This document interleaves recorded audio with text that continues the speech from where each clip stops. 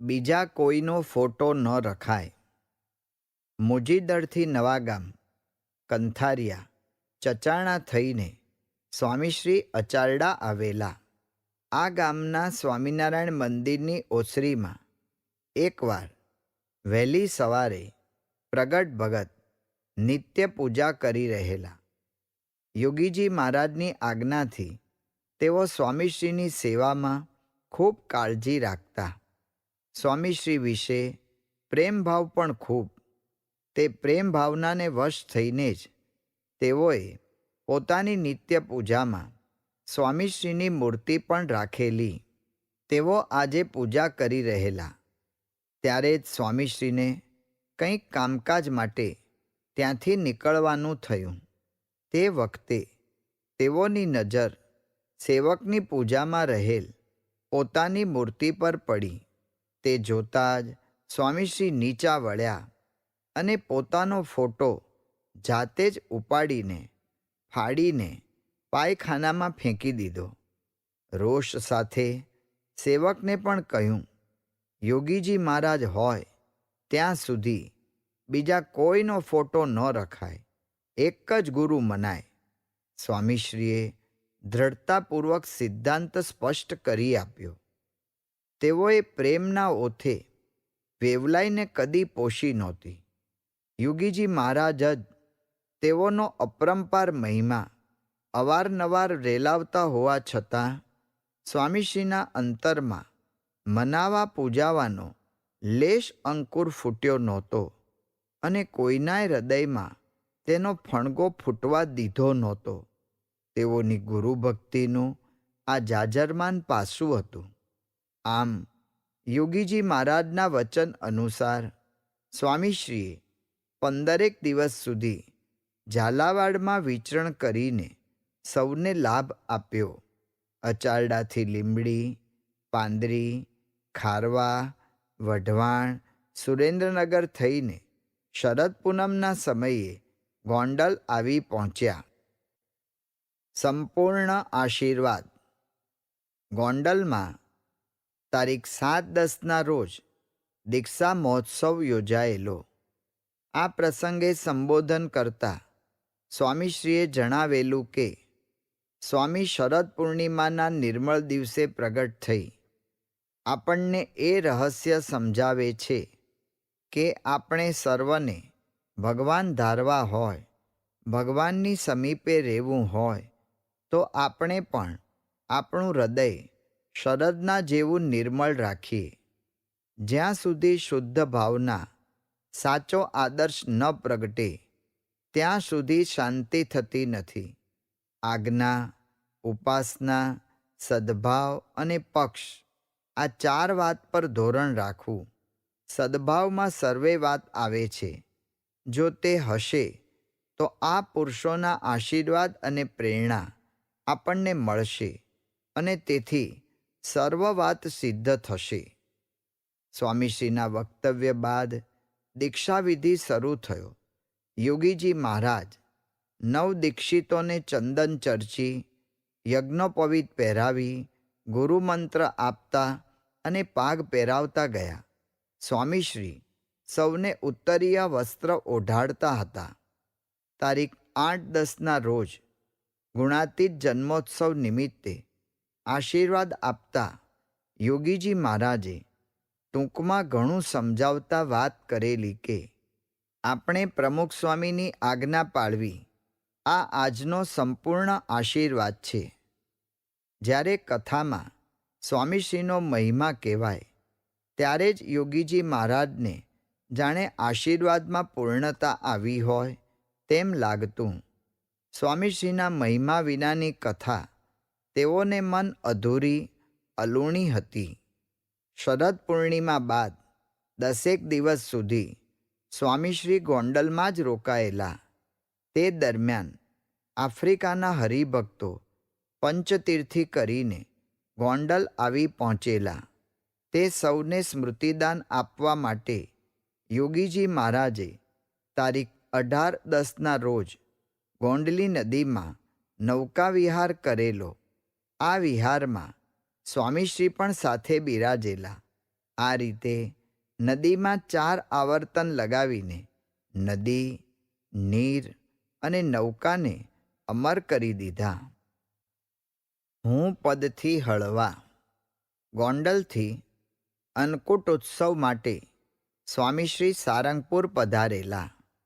આ વર્ષે યોગીજી મહારાજ અન્નકૂટ પછી પણ ગોંડલ જ રોકાવાના હતા. તેથી તેઓ વતી સ્વામીશ્રી અમદાવાદમાં પ્રબોધિની એકાદશીનો ઉત્સવ ઉજવીને તારીખ 6-11ના રોજ વસો મુકામે આવી પહોંચેલા. અહીં સ્વામીશ્રી પધારતા જ જાણે યોગીજી મહારાજ પધાર્યા હોય તેમ સૌએ બેન્ડવાજા વગાડી, દારૂખાનું ફોડી, પુષ્પવૃષ્ટિ કરીને ભવ્ય સ્વાગત કર્યું. આખા ગામમાં નગરયાત્રા કાઢી. સ્વામીશ્રીએ પણ 35 પધરામણીઓ અને રાત્રે કથા વાર્તાનો લાભ આપી સૌને રાજી કર્યા. ત્યારબાદ સૌ સૂતા. બીજે દિવસે સવારે સ્વામીશ્રી દેહક્રિયા માટે શૌચાલયમાં ગયા, પણ ત્યાં તેઓને જોઈએ એવી સ્વચ્છતા જણાઈ નહીં. તેથી જાતે જ સાવરણો લઈને સંડાસ સફાઈ કરી નાખી. સ્વચ્છતા એમની મનપસંદ વાત હતી અને સેવા એમનો મનપસંદ ગુણ હતો. સ્વામીશ્રીએ આ બંને અહીં સાકાર કરી બતાવ્યું. એક તરફ જ્યારે યોગીજી મહારાજ પોતાના વતી સ્વામીશ્રીને ઉત્સવ સમયાઓમાં મોકલતા હોય ત્યારે પણ તેઓ આવી નાની સેવાઓમાં ખચકાટ વગર પરોવાઈ જતા. હું પદથી હળવા હોય તે જ યોગીજી મહારાજના પ્રતિનિધિ થવાની સાથે સાથે સેવાના પ્રતિનિધિ પણ બની શકે. સાર્વત્રિક સર્વાધિક લોકાદર. વસોથી બોચાસણમાં કાર્તિકી પૂર્ણિમાનો સમયો કરીને સ્વામીશ્રી તારીખ 10-11ના રોજ વિદ્યાનગર પધાર્યા હતા. અહીં રામકૃષ્ણ મિશનના સભાગૃહમાં આયોજિત સ્ટડી સર્કલમાં ધર્મ અને વિજ્ઞાન વિષયના આધારે 300 યુવાનોને તેઓએ વૈજ્ઞાનિક વિકાસ સાથે આધ્યાત્મિક વિકાસની અગત્યતા સમજાવી હતી. ત્યારબાદ તારીખ 12-11ના રોજ સ્વામીશ્રી અટલાદરા પધારેલા. અહીં મોટા સ્વામીની તબિયત નરમ ગરમ રહેતી હોવાથી તેઓ સાથે 10 દિવસ રહીને તારીખ 22-11ના રોજ શ્રીજીપુરા ગયેલા. જેવા તેઓ અહીં પહોંચ્યા કે ત્યાં જ બોચાસણના કોઠારી ભક્તિવલ્લભ સ્વામીએ તેઓને બોચાસણ આવવા આમંત્રણ મોકલાવ્યું. હજી તો બોચાસણથી નીકળે સ્વામીશ્રીને માત્ર 12 જ દિવસ થયેલા, પણ વડીલ કોઠારીનું નિમંત્રણ સ્વીકારીને સ્વામીશ્રી પુનઃ બોચાસણ ગયા. અહીં ભક્તિવલ્લભ સ્વામીએ તેઓને પ્રેમપૂર્વક રોકીને 4 દિવસ સુધી લાભ લીધો. સ્વામીશ્રીની ઉંમર આ વખતે માત્ર 44 વર્ષની હતી, જ્યારે ભક્તિવલ્લભ સ્વામી તો તેઓ કરતાં 41 વર્ષ મોટા હતા.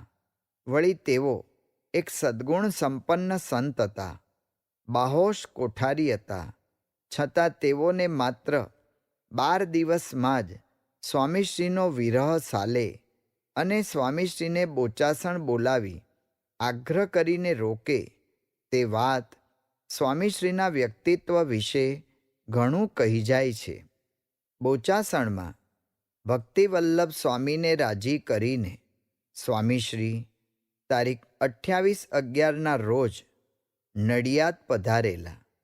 અહીં 2 દિવસમાં 100થી વધુ પધરામણીઓ કરીને અમદાવાદ આવ્યા. તેઓ અમદાવાદમાં હતા ત્યારે અટલાદરામાં એક અભૂતપૂર્વ કાર્યક્રમ યોજાઈ ગયો.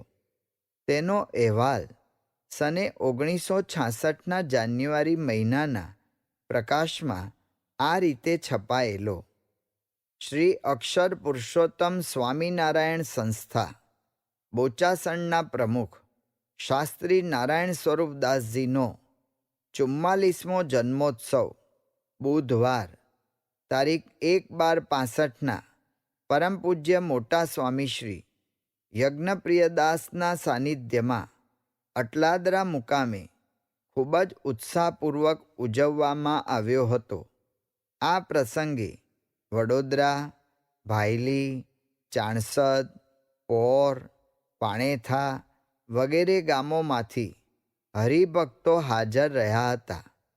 પરમ પૂજ્ય પ્રમુખ સ્વામી દીર્ઘાયુષ પ્રાપ્ત કરે અને સત્સંગના અનેક શુભ કાર્યો તેમના દ્વારા થાય એ જ અભ્યર્થના. સ્વામીશ્રી કરતાં વયમાં 40 વર્ષથી એ મોટા અને શાસ્ત્રીજી મહારાજના અગ્રીમ શિષ્યોમાં મોખરાનું સ્થાન ધરાવતા મોટા સ્વામી સ્વામીશ્રીનો જન્મોત્સવ આસપાસના ગામોના હરિભક્તોને એકત્રિત કરીને ઉજવે એ વિગત સ્વામીશ્રીના વ્યક્તિત્વને આભને આંબતું સાબિત કરી દે છે. જ્યાં સમકક્ષનો આદર મેળવવો અઘરો હોય, ત્યાં પોતા કરતાં દાયકાઓ મોટા વડીલોનો પ્રેમ આદર સંપાદિત કરવો એ સ્વામીશ્રીની નાની સૂની સિદ્ધિ ન જ ગણાય. સમુદ્ર કદી કોઈ નદી પાસે પાણીની ઉઘરાણી કરવા માટે જતો નથી, છતાં તે સદાય પાણીથી ભરાયેલો જ રહે છે. તેમ સ્વામીશ્રી કદી કોઈની પાસે કદર આદરનું ઉઘરાણું કરવા ગયા નહોતા, પણ સ્વયં સુપાત્ર બનીને તેઓ સૌના આદરપાત્ર બની રહેલા. યુવાનીના 4 ચાંદ. ગુરુની પ્રસાદીરૂપ યુવા પ્રવૃત્તિને સ્વામીશ્રી કથા, પ્રવચનો, મુલાકાતો, પત્રો વગેરે દ્વારા પોષણ આપી રહેલા.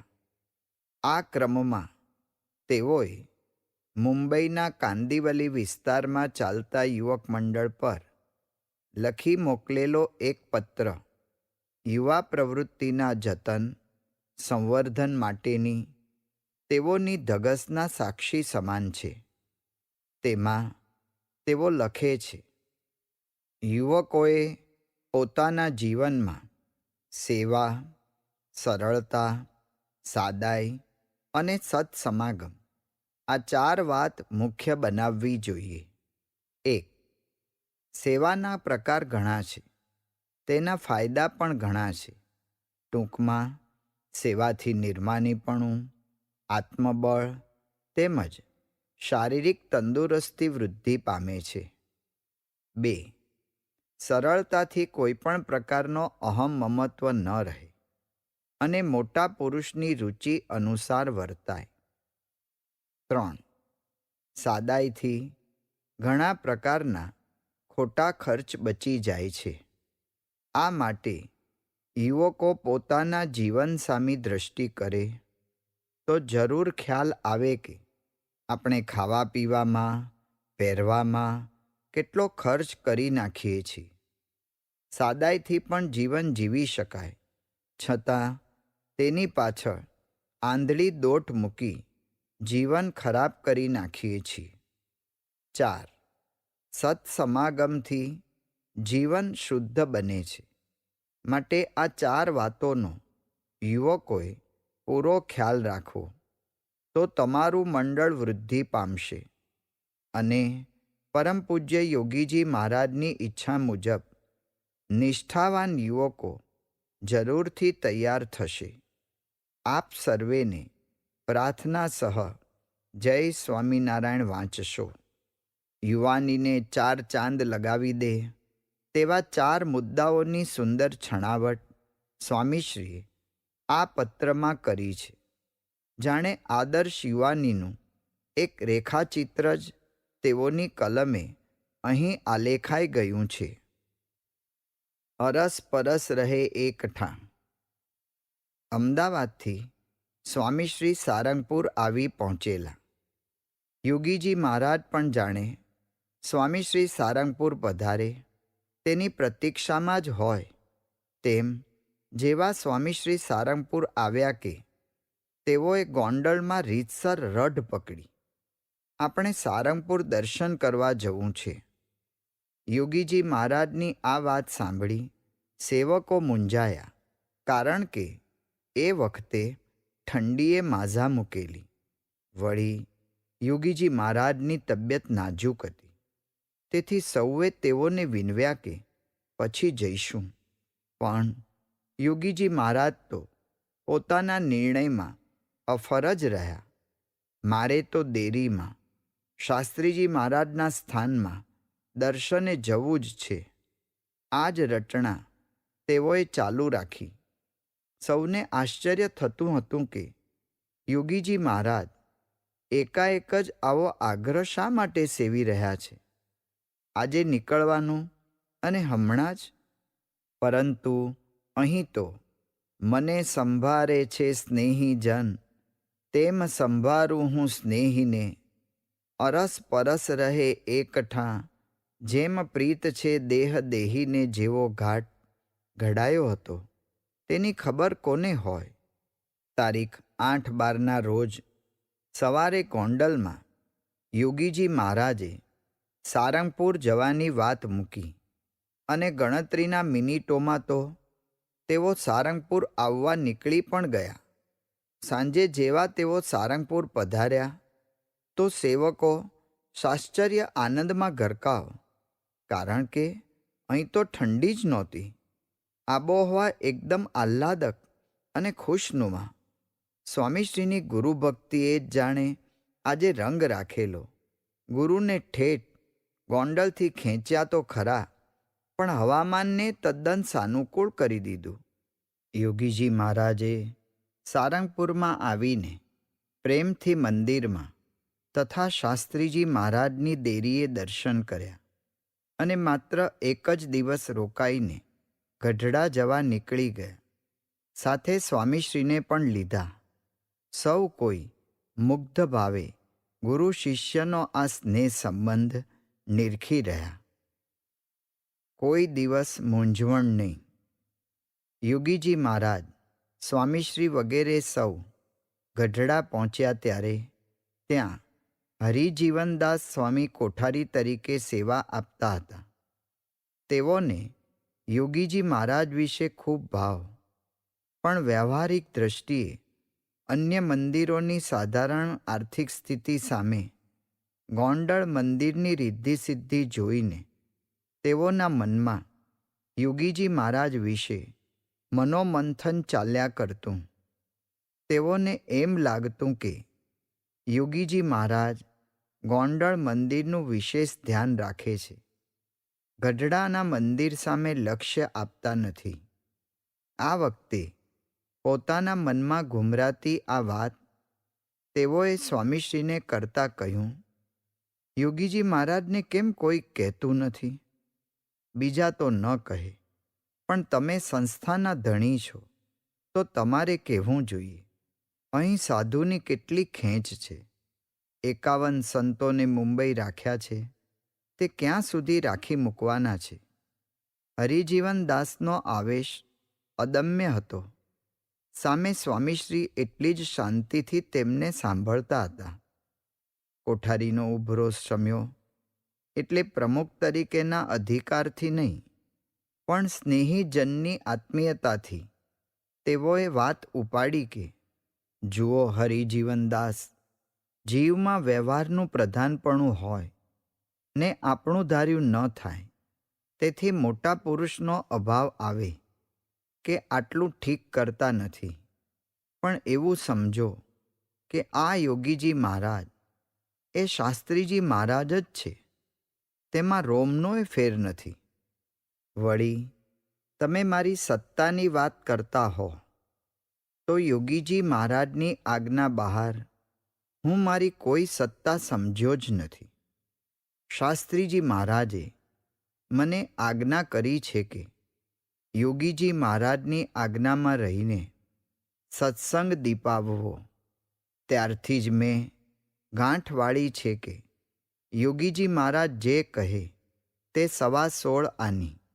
માટે લાગણી અને મિત્રતાથી હું તમને કહું છું કે યોગીજી મહારાજના કોઈ કાર્યમાં ક્યારેય શંકા ન કરવી, દિવ્ય જ સમજવું. આપણને મમત્વ હોય તેથી મંદિરનો વ્યવહાર હું સુધારી દઉં એમ થાય, પણ એમની દ્રષ્ટિ વગર કાંઈ ન થાય. સ્વામીશ્રીનો એક ધારો વાક પ્રવાહ હરિજીવનદાસના હૈયાના ખૂણે ખૂણાનું શોધન કરતો વહી રહ્યો. તે વાણીએ કોઠારીની કસર કાઢી નાખી. સ્વામીશ્રીની આ વાતો સાંભળ્યા પછી તેઓને યોગીજી મહારાજ વિશે અત્યંત હેત થઈ ગયેલું અને યોગીજી મહારાજનો મહિમા પણ ઉલટથી કહેતા થયેલા. આવો હતો સ્વામીશ્રીનો યોગીજી મહારાજ વિશે દિવ્ય ભાવ. એકવાર તેઓને પૂછવામાં આવેલું કે હરિભક્તો આર્થિક સેવા કરે, તેમાંથી યોગીજી મહારાજ ગોંડલ મંદિરમાં વિશેષ સેવા મોકલાવે, તે વખતે સંસ્થાની આર્થિક કાર્યવાહી આપ સંભાળતા હતા. કોઈ અન્ય મંદિરના વહીવટકાર આપને ફરિયાદ કરે તો આપને એમ ન થાય કે યોગી બાપા આમ કેમ કરે છે? ના, એવું ન થાય. એમની ઈચ્છાથી જ બધું થાય છે. એ જ બધું ધ્યાન રાખે, પછી બીજો શું વિચાર કરવાનો? પ્રશ્નો આવે, પણ એક નિશ્ચય રાખેલો જ હતો કે આ બાબતમાં બહુ કરવા જેવું છે જ નહીં. એમની રુચિ હોય તો ભલે ને ગોંડલ જાય, મંદિર તો આપણા જ છે ને. આવા પ્રશ્નોથી કંઈકને મૂંઝવણ થાય, પણ મને કોઈ દિવસ મૂંઝવણ થયેલી નહીં. ધારદાર બુદ્ધિના ધારક હોવા છતાં ગુરુના ચરિત્રો વિશે સ્વામીશ્રીનું મન સદા નિશંક જ રહેતું. સને 1966 માટે ટકોર કરવી પડે છે. ગઢડાથી ગોંડલ અમદાવાદ થઈને સ્વામીશ્રી મધ્યપ્રદેશના દેવાસ સુધી મંદિરના કામકાજ માટે પહોંચ્યા હતા. ત્યાંથી પાછા વળતા વડોદરા, બોચાસણ, ખેડા, શાંતિપુરા, પુરુષોત્તમપુરા, શ્રીજીપુરા, ચિત્રાસર, સાથળ, મહીજડા, સાંખેજ, નૈનપુર વગેરે ગામોમાં વિચરીને પુનઃ અમદાવાદ આવી પહોંચ્યા. અહીં ઉત્તરાયણની પુણ્ય પર્વણીનો લાભ આપી તેઓ શાસ્ત્રીજી મહારાજના 101મા જન્મોત્સવ નિમિત્તે અટલાદરા પધારેલા. અહીં તારીખ 25/1ના રોજ શાસ્ત્રીજી મહારાજના જન્મોત્સવની સભા ચાલી રહેલી. આ સભામાં કોક વક્તા દ્વારા શાસ્ત્રીજી મહારાજના સિદ્ધાંત વિરુદ્ધની વાત થઈ ગઈ હશે.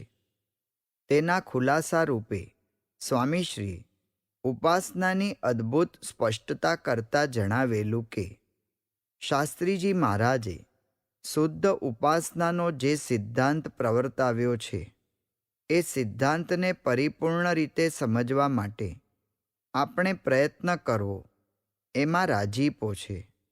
પરંતુ કેટલીક વખત વાતમાં કે પ્રવચનમાં અતિશય પ્રેમના વેગથી વાત કરવામાં શું ફાયદો છે, શું લાભ છે, તે સમજી શકાતું નથી. એક વક્તાએ હમણાં કહ્યું કે જોગી મહારાજ જેવા પુરુષ અનેક બ્રહ્માંડમાં નથી, અક્ષરધામમાં પણ નથી. અક્ષરધામમાં પણ નથી તો તેમનું ધામ કયું છે? તેનો વિચાર આપણે કરવાનો. આ શબ્દો વિચાર માગી લે છે. આપણે અક્ષરધામના છીએ, તેથી અક્ષરધામમાં નથી એમ કહેવું એ અઘટિત છે. અક્ષરધામમાં નથી તો એ કયા ધામમાંથી આવ્યા? એટલે ખરેખરી વસ્તુ સમજવાની હોય એને બદલે ઉલટી વાત સમજાઈ જાય. શબ્દોની પાછળનો વિચાર કરીએ ત્યારે ખબર પડે કે શ્રીજી સ્વામીના સિદ્ધાંતથી આપણે બોલવામાં કેટલા દૂર જતા રહીએ છીએ. કેટલાક આવી વાત કરે છે તે માટે ટકોર કરવી પડે છે. જેને જે મળ્યા છે તે તેના પ્રગટ, એના થકી પ્રાપ્તિ, એનું એ કલ્યાણ. આમાં ઉપાસનાનો સિદ્ધાંત માર્યો જાય છે. માટે આપણે ઉપાસનાની વાત કરવામાં બહુ જ વિચાર કરવાનો છે. ઉપાસનાની વાત જાહેરમાં બહુ જ ચોખ્ખી થઈ ગયેલી છે અને જે ગૂંચવણ ઊભી થાય તે આપણી ઊભી કરેલી છે. માટે સરળ અને સીધો માર્ગ શ્રીજી મહારાજ પૂર્ણ પુરુષોત્તમ નારાયણ, ગુણાતીતાનંદ સ્વામી મૂળ અક્ષર અને સત્પુરુષ મોક્ષનું દ્વાર. એમાં પિષ્ટપેષણ કરવાની જરૂર નથી. સ્વામીશ્રીના આ શબ્દો ધનુષના ટંકારની જેમ